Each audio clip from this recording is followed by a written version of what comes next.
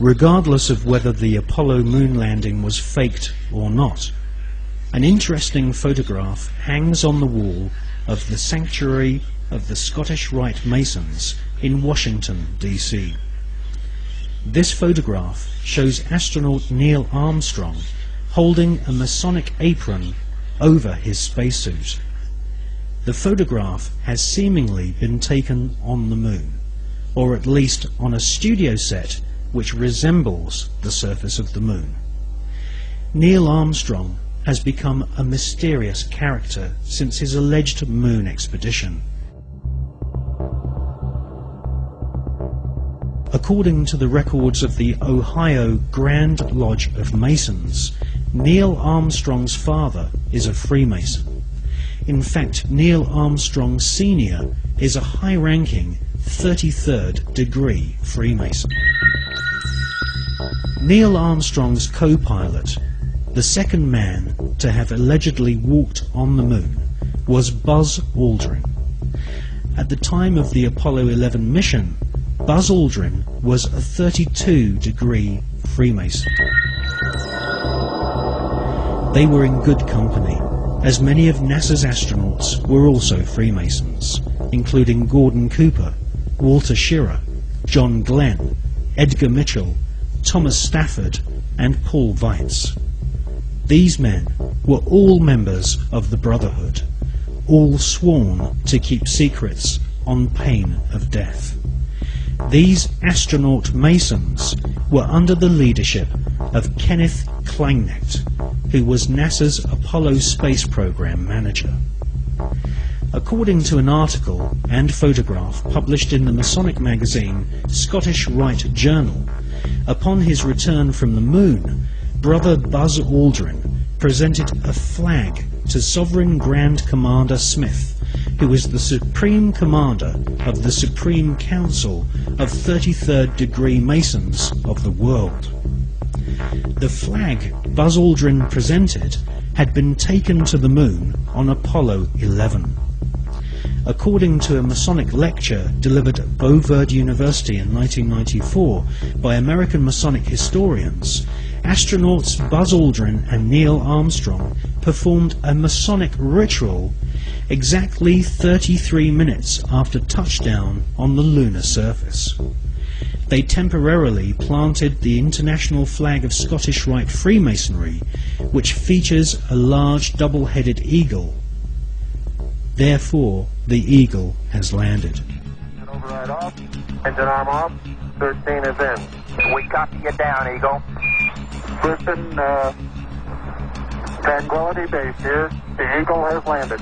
Roger, Tranquility. We copy you on the ground. You got a bunch of guys about to turn blue. We're breathing again. Thanks a lot. And we're getting a picture on the TV.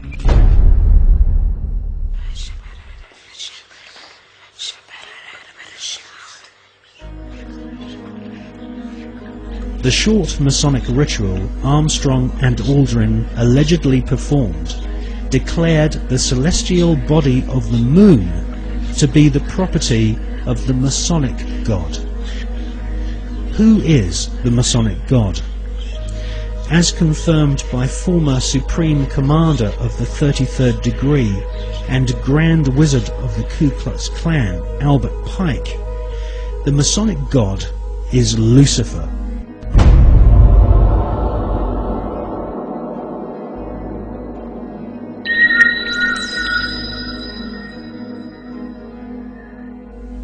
The name of NASA's space program, Apollo, according to the Holy Bible, is actually an alternative word for the devil.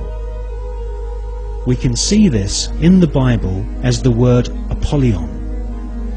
Apollyon appears as the name of Satan in the original texts of the New Testament Gospels.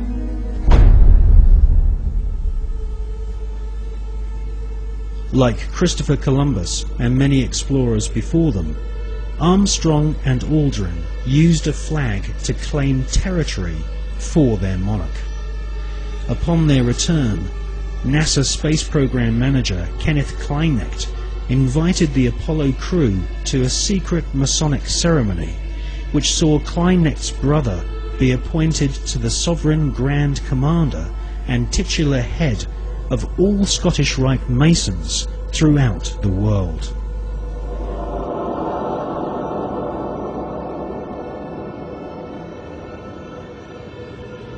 Once you learn the occult significance of words such as Apollo, Columbia, and Atlantis, you will realize that the occultically inspired murdering Nazis who developed NASA's space program have used names which are part of ritual, magic, and the occult.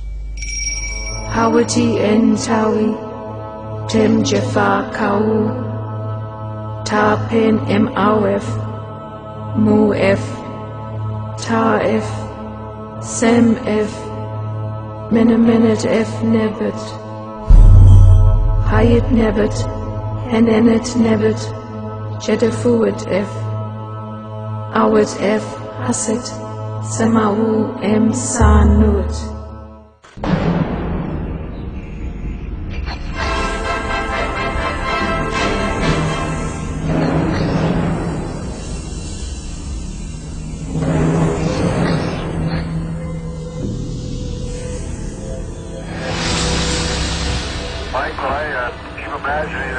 I'm a lonely traveler from another planet. What I think about the Earth from this altitude, whether I think it'd be inhabited or not. You don't see anybody waving, is that what you're saying? Well, I'm just kind of curious whether I would land on the blue or the brown part of the Earth. On the dark side of the Moon, the secret face of our satellite planet, which only a few men in living history have ever seen, there lies a star-shaped crater called Parsons Crater, named after the rocket scientist John Parsons. John Parsons is known by several names. He was born under the name Marvel Whiteside Parsons and soon became involved in the occult.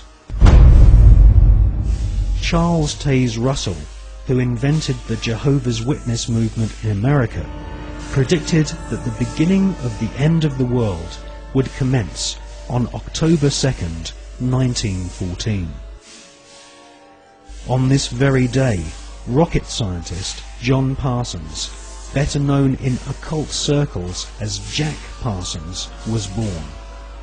A brilliant rocket engineer, Parsons soon entered into correspondence with SS Nazi officer Werner von Braun, and by the age of 13 had begun summoning evil spirits and demons using magical rituals which Parsons had learnt from British occultist Aleister Crowley. Aleister Crowley styled himself as the Beast, and Jack Parsons referred to Aleister Crowley as his father.